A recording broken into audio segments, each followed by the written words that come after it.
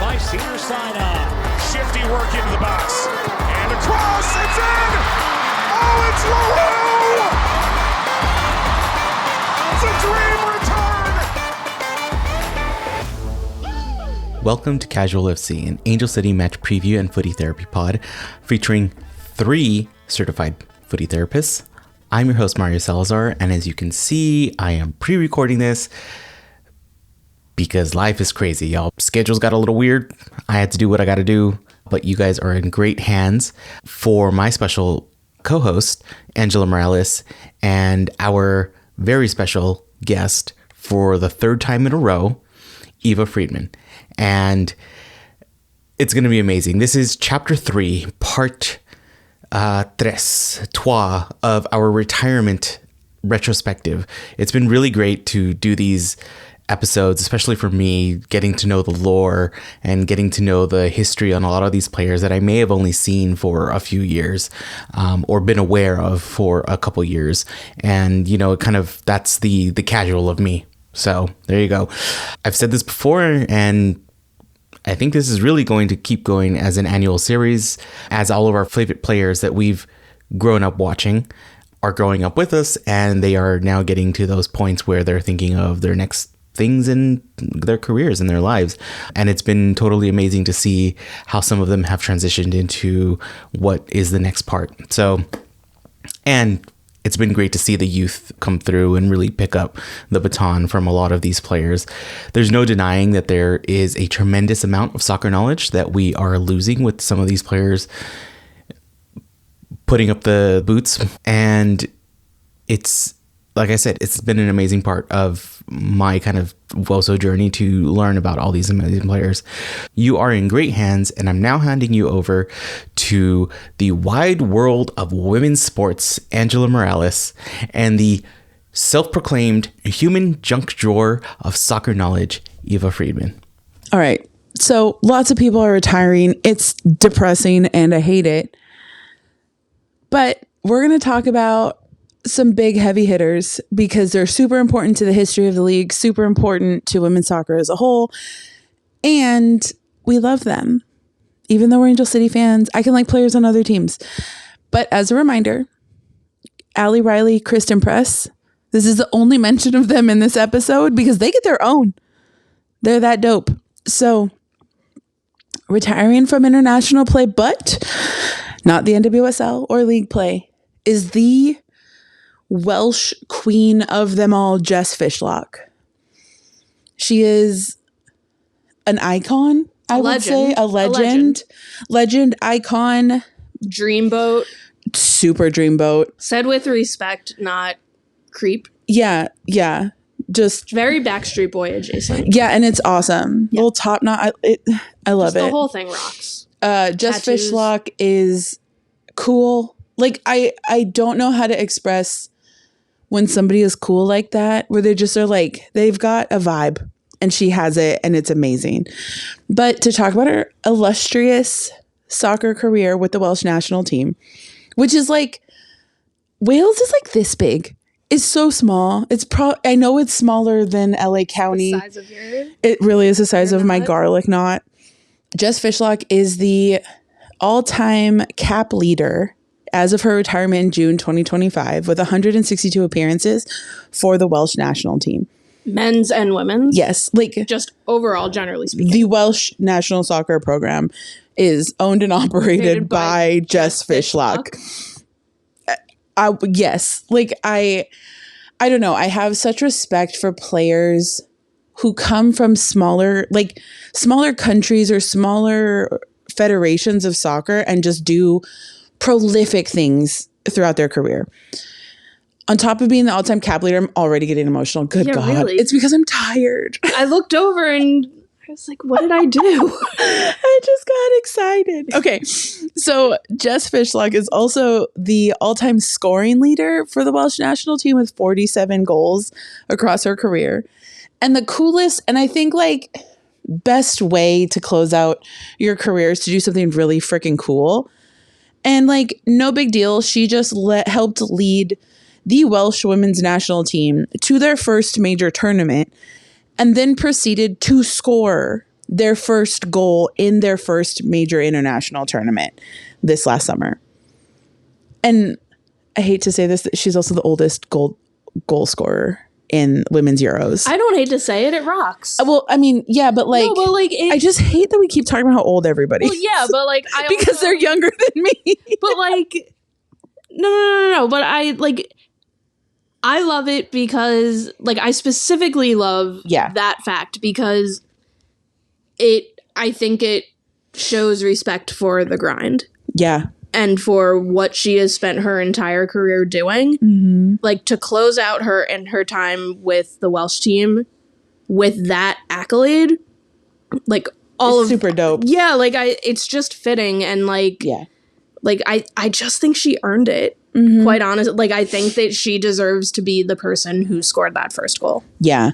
And the cool thing, like this last summer was such a wonderful like parade of love for Jess Fishlock across Wales, across Seattle. Like big Fishlock fan, as most people know, except for the fact that she comes to BMO and scores against Angel City, and I don't like that. But there is a mural of her in Cardiff. I don't know how that was where I was going. It's a segue from her scoring at BMO, but it's true. It's not even like a regular mural. It's a mural on a pitch. Like it's so cool. They've done such a wonderful job honoring her, and I can't wait to see the honors she receives when she eventually retires in Seattle. Like, because that's going to be just as big and I'm going to cry just as much.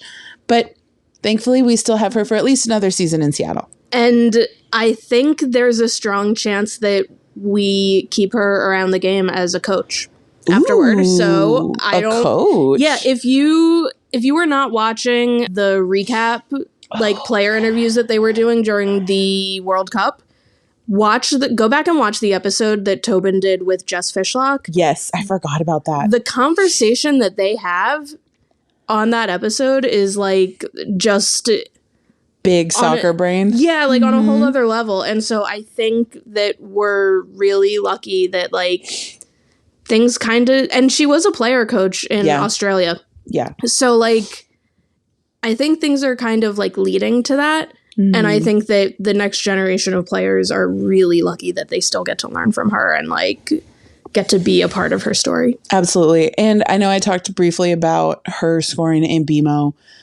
but one of my favorite moments was her celly. I think it was 2 seasons ago. Yeah, because it was Pino's last year. She scored, ran over to the corner and did like the chicken dance and was like flapping her arms like a chicken. But come to find out, she did it for her nephew because they had been doing it together that weekend. And he was like, when you score your next goal, you should do that. And she said, fine, I will. And then they did. And I love it. But thank you to Jess Fishlock for being amazing. We'll talk about you more this season, I'm sure. And more when you retire from league play. Eventually, which we're not hopefully not soon. Yeah. No, not soon at all. And then speaking of the Seattle Reign, we had 2 big retirements this season. We're going to start with Veronica Latsko. Yeah. Because she's retiring to go get her master's and to become like a lawyer to then work in sports management. Like she's like, oh, I'm good with my career. I'm going to retire and go do cool stuff to then come back to the game to make it better. And do more cool stuff. Yeah. Like, absolutely wonderful. Yeah, when she was drafted originally by the Houston Dash, they brought her in, they drafted her alongside Haley McCutcheon, who now plays for Orlando. And this was a couple years before Houston won the Challenge Cup. And so they had Rachel Daly, they had Kalia Watt, and you just like, you were confused that they couldn't like get it going and everything. And when they drafted the 2 of them, they would just come off the bench and score. And they were like Houston's bright future. And then she comes to Seattle and has an unbelievable 2023 postseason, scores in the quarterfinals and then the semifinals.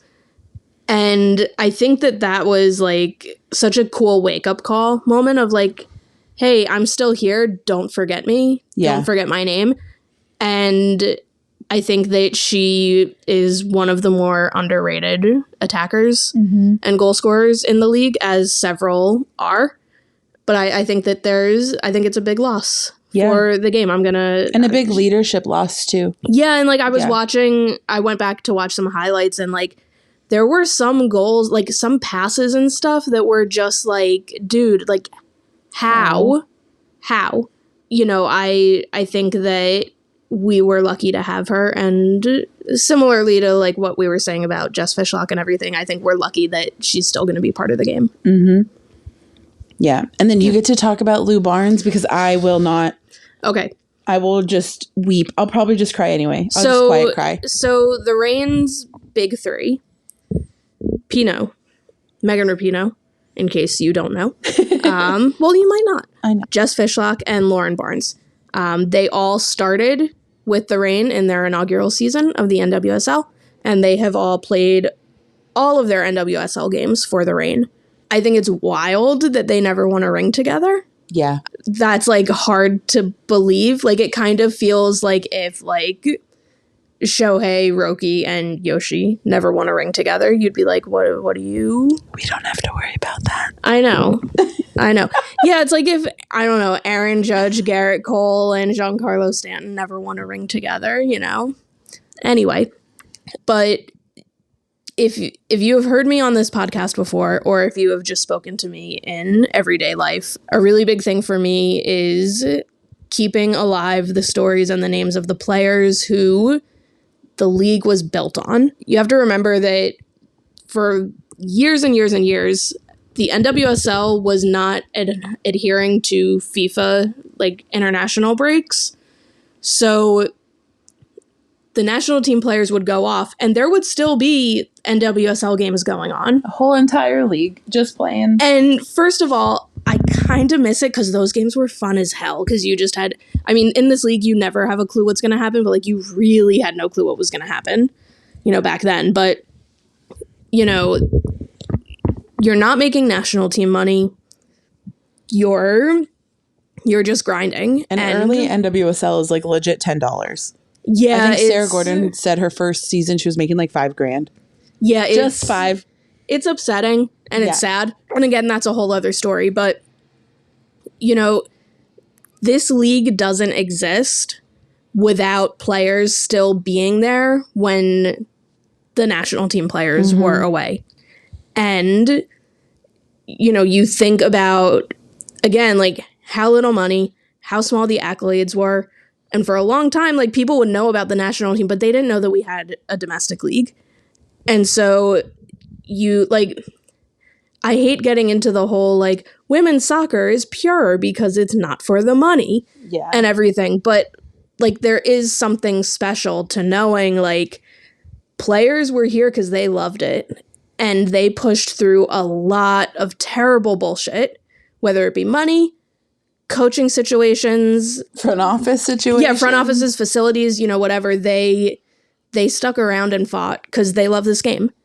And to watch Lauren Barnes come in game after game, you know, again, like I just said for Latsko, I was watching highlights and like so many goal line clearances and so many just like a devastating ender of chances.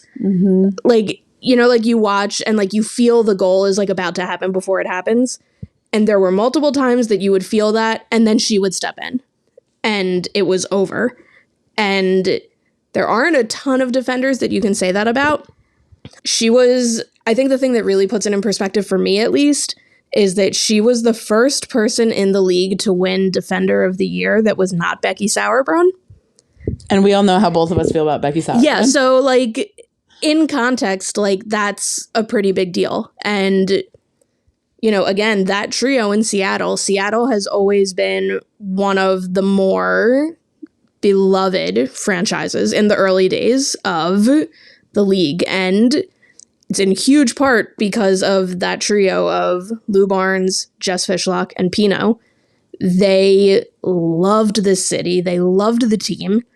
And they just injected, like, so much of the rivalry of Cascadia Clash is, like, on Seattle's side, in part because of them. And I think that her Lauren Barnes's contributions as a defender are like priceless, like unquantifiable. Yeah. Like, just do yourself a favor and Google like Lauren Barnes soccer highlights. Some of these, like, she just like sticks a foot out sometimes. Like, she just kind of pokes her leg out and the ball is gone from whoever had it. And it's like, it's brutal and it's simple, but it's not easy. Yeah. And I think like watching her career for the past, decade plus. Yeah, it's been special. And I think that a lot of the players like her, or like a Sarah Gordon, a Paige Nielsen, a Danny Weatherholt, like they kind of, I say them specifically partially because Angel City, but we kind of take them for granted because they're just in the league or whatever. And I think we're getting to a point where like that's not as much of a thing anymore, but it's really important that we don't lose sight of, the day ones. And, you think about what's happening in some other leagues where maybe someone shows up and people crown them the savior, and it's like you're erasing years of history. And so when you think about the NWSL and how far it's come and what has happened over the years, especially pre-CBA, Lauren Barnes is a hero of the league, in my opinion. Yeah. And it's we're sad to see her go, but she's had a really beautiful career, and I'm happy that I got to watch it. Yeah. And to kind of put it into perspective, as of right now, she has played the most games in NWSL history at 232 and the most minutes. So 21,104 minutes. That's a really long time. That's so long. That's so long. At least it's not consecutive. Yeah. Well, I mean, a lot of it was. No, but I'm saying 2,000 minutes consecutively would be a lot. That's true. She was also named, like Eva said, Defender of the Year in 2016. Dethroning Becky Sauerbrunn for the first time in league history. She was part of the NWSL Best 11 in 2015 and 2016 and won the Shield 3 times with Seattle in 2014, 2015, and 2022. So thanks, Lou. Yeah, I mean, she played on baseball fields. Yeah. She played in games that were 106 degrees in Houston, where a player passed out at the end of the game. Like, she has been through the thick of the NWSL. And now Seattle has an award named after her. Yeah, and they should. Yeah. And I'm excited to hopefully see her jersey get retired. It should. I'm sure think, it will. Yeah. Hammy. All right. So Kristen Hamilton, another stalwart of the league, has like a wildly, at least especially out here, a wildly like dismissed career. And I think a lot of it was because in the last couple seasons, and this goes for honestly all these players, there was a lot of injuries towards the end of their careers, which makes sense because that's what happens as you age. And then as you have miles and miles and miles on your body, stuff happens. But Kristen Hamilton, her career is bonkers. She's had an amazing career. She is a 3-time Shield winner and has won the NWSL championship with Western New York Flash, who then became the Courage. Yeah. So 1 with Western New York, 2 with North Carolina. Yeah. And in the dynasty. So the dynasty era. Like, overlapping with Lynn Williams, they were on all of the same teams. So like Lynn Williams has 4 and is considered already, and absolutely correctly, like maybe the best NWSL career of all time. And like the most, like the winningest career. Yeah, just an insane career. And Kristen Hamilton, I think, gets overlooked, but she had like just this really unbelievable run in 2019 that really put her on the map, and that kind of scared everyone who wasn't a North Carolina Courage fan. So in 2019, across 22 games, she scored 9 goals. And at the time, like, remember, as of 2019, every season has gotten longer. Yeah. Through the NWSL. We've added teams every year. So 22 games. She had a hat trick against Orlando in June. And then she had, what do they call it? A haul 4 goals against Houston in July. That's insane. 7 goals in 2 months. So seven goals in 2 games. Like, yeah. And that tied her with Sam Kerr and Alex Morgan for the most goals in a single NWSL game. Yeah, so just some small names that you probably haven't heard of. Look them up later, you know. Homework, we'll do a pop quiz later. And Alyssa which Alyssa? I'm in basketball brain. Alyssa Thompson has now joined that trio of 4 Was four that goals in a game. Regular season though? Oh, that's a good point. Or was it Challenge Cup or whatever they're calling it? That was against Tigres? No, not Tigres. Maybe, but anyway, it's a haul. That's what 4 goals in a game is. It's a weird name and I don't like it, but it's fine. Yeah, and in that run, like she was inevitable. Mm-hmm.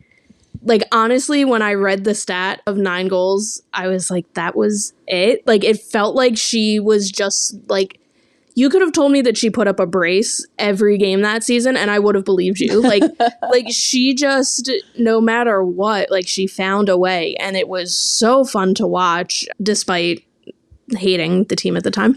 But and like despite it being against your team at the time.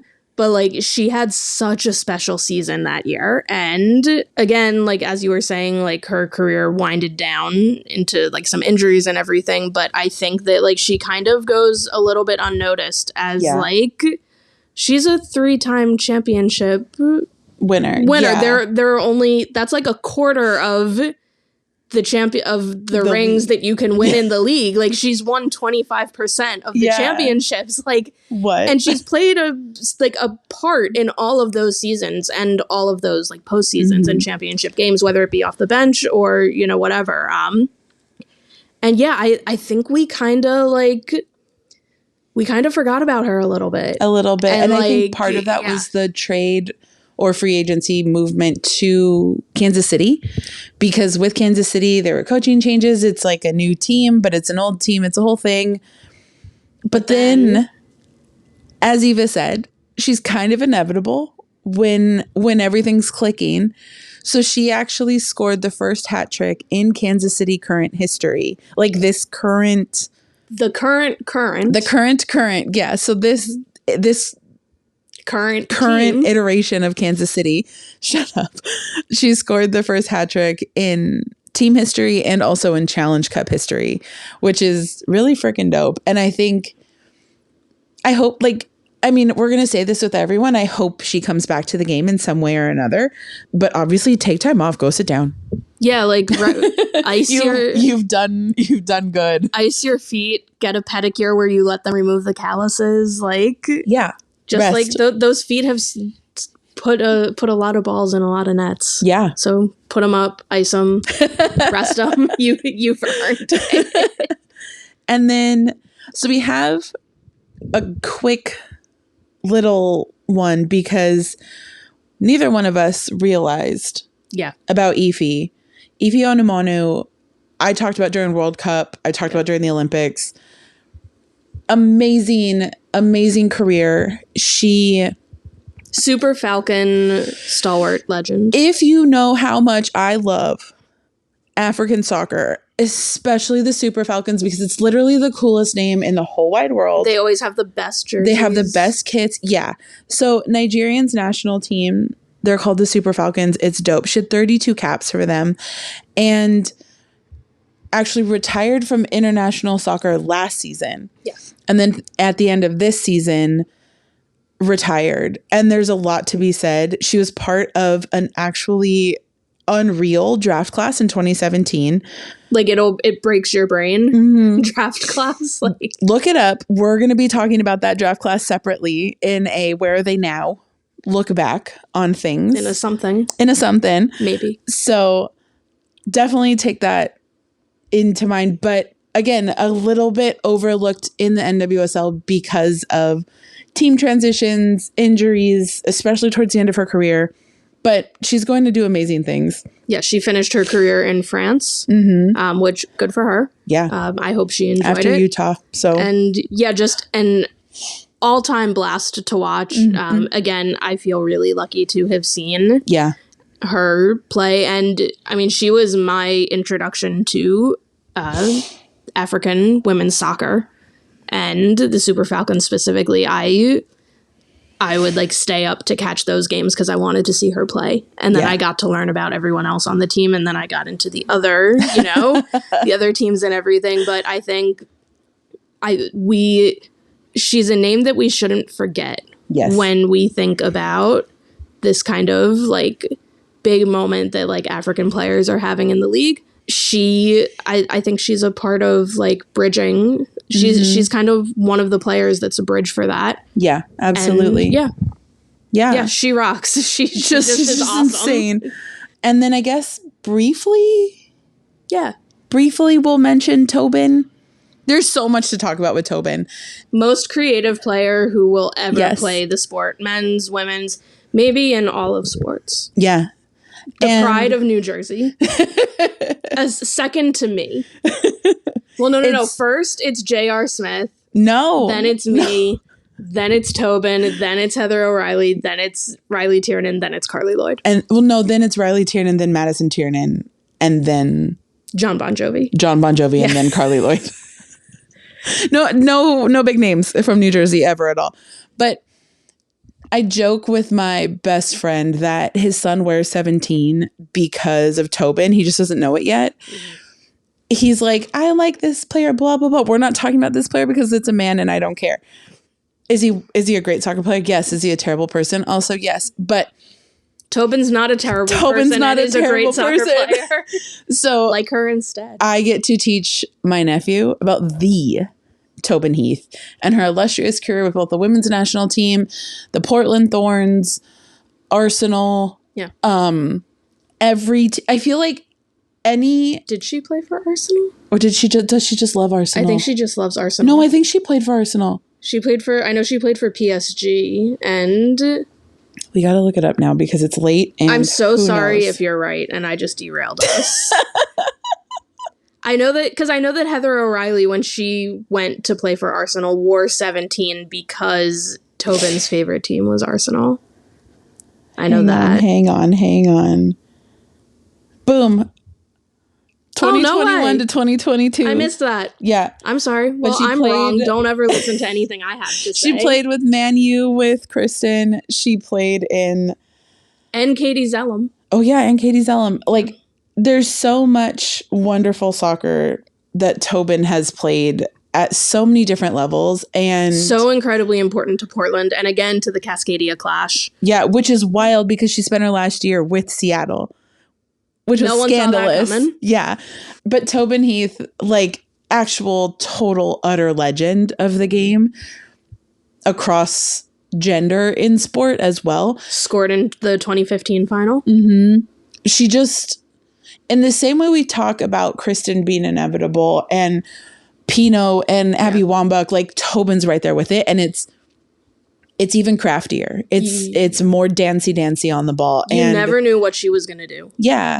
And we're bringing up Tobin because while she played her last match in 2022, she officially announced her retirement this year in 2025 and then immediately got inducted to the Soccer Hall of Fame, which is absolutely wonderful and well-deserved because it's Tobin Heath. There's a lot to talk about. And we will, again, there's some secret stuff we're working on. We'll talk about Tobin. Don't worry. But just wanted to make sure she gets an appropriate shout out because she did not have a farewell tour as she deserved. As she should have. Yeah. But we'll give it to her now. Absolutely. And then last but not least, the Imani Dorsey, which is, again, not a player a lot of people, I think, like understood how good on and off the pitch she was and what she was doing and what she was a part of. And like, there's so much to say. Yeah. Because she was so technically sound. Like in 2018, she was named the Rookie of the Year playing with Sky Blue, which at the time, Sky Blue turned into Gotham. Yes. And at the time, Sky Blue was a mess. The league was a mess, let's be honest. But the amazing thing is she became a founding member of the Black Women's Player Coalition, or Collective, excuse me, and then was on the bargaining committee for the Players Association's first CBA committee, like for the first CBA for this team or for this league. And that alone, like, I don't really think people understand that's a full-time job in its own right. Yeah. Because it's so much. There's meetings, there's conference calls, there's negotiations, there's, you know, votes for things. Like, there's so much happening while you're still playing soccer all season and training in the off season and all this other stuff. And like, it's a different type of stress in the same way that players were battling US soccer for equal pay at the national level, which is now starting to really trickle down and influence soccer at all levels in the US, women's sports on all levels in the US and internationally. Like, it has such a big repercussion. Impact. Yeah. Like, repercussion kind of makes it sound bad, but it's like, it's a great domino effect. Yeah. And it really, like, you see those ripples throughout all sport. And so that alone, like, bonkers. But really quick, I talked over myself and forgot this insane statistic. In that 2018 rookie season, she does 74.4% passing accuracy out of 332 passes, which is wild because, like, you get a 74% on a test and you're like, sick, I passed. I'm scared to tell my mom. Yeah, I'm scared to tell my mom. But then you're playing sports and like 30% is a like A+++. Yeah. So 74% accuracy in literally anything in sports is insane. Yeah. Any sport, football, basketball, baseball, soccer, I don't know, lacrosse, like anything where you're playing with other people, to be that accurate is bonkers.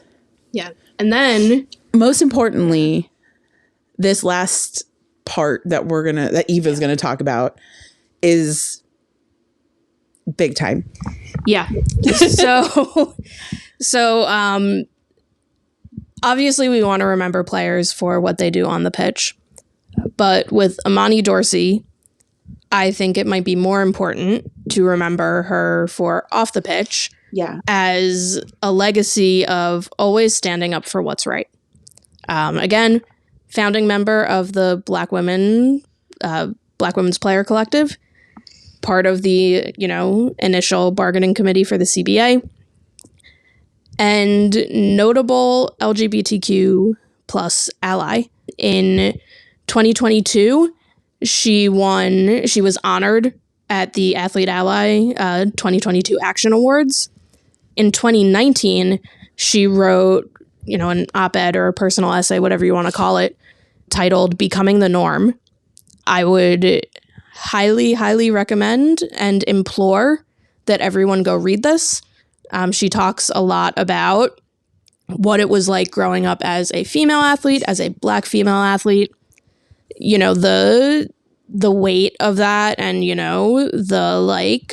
well, you're a girl, you beat all the boys, you must have cheated and everything. And, the weight that excellence holds. But I'm going to read verbatim the last two paragraphs of that essay because she just kind of nails it. And I think it sums up what she means to the game and how we should remember her. And so I'm going to read verbatim those final two paragraphs. Trans female athletes deserve to celebrate their womanhood alongside other women in sport. As a cisgender athlete, I welcome trans females to women's soccer. At all levels, you will be our teammates. You will broaden our worldview and change our perspectives. You will help us understand all the different ways we identify as females and how our athleticism and femininity doesn't make us the exception, but the norm. For a long time, I was not comfortable celebrating and embracing who I am and what makes me special. Therefore, as a cisgender athlete, I can only imagine what a young trans female must feel. Women's soccer gave me an opportunity to experience life, learn, and grow with and from young women like me. All women, including trans women, should be able to have this incredible opportunity and be able to celebrate who they are and all they bring to the sport they love. At a time where, for no reason at all, we're talking a lot about players who are really holding it down Again, that was 2019. Not a lot of players are saying it with their chest. Whether they believe it or not, for whatever reason they may have. And especially in the context of that whole essay, it's really, really powerful. And there really haven't been, there have been several who have said, trans women are women and everything. There haven't been as many who have just opened up their arms and said, like, no, trans women are welcome and I want to play with them. She said it with her chest. And I think that's really important. And again, I admittedly didn't do the research into it as much, but like, she was honored at the Action Awards for allies. We are not in the business of giving allies cookies for saying they love gay people. So what that means is action. She takes action and she says it with her chest. No matter what she is talking about, she is on the right side of things. And she is speaking for people who need an extra voice. Yep. So again, remember her for what she does on the pitch. This kind of sounds like I'm eulogizing her. She's alive and well. She is so alive and well.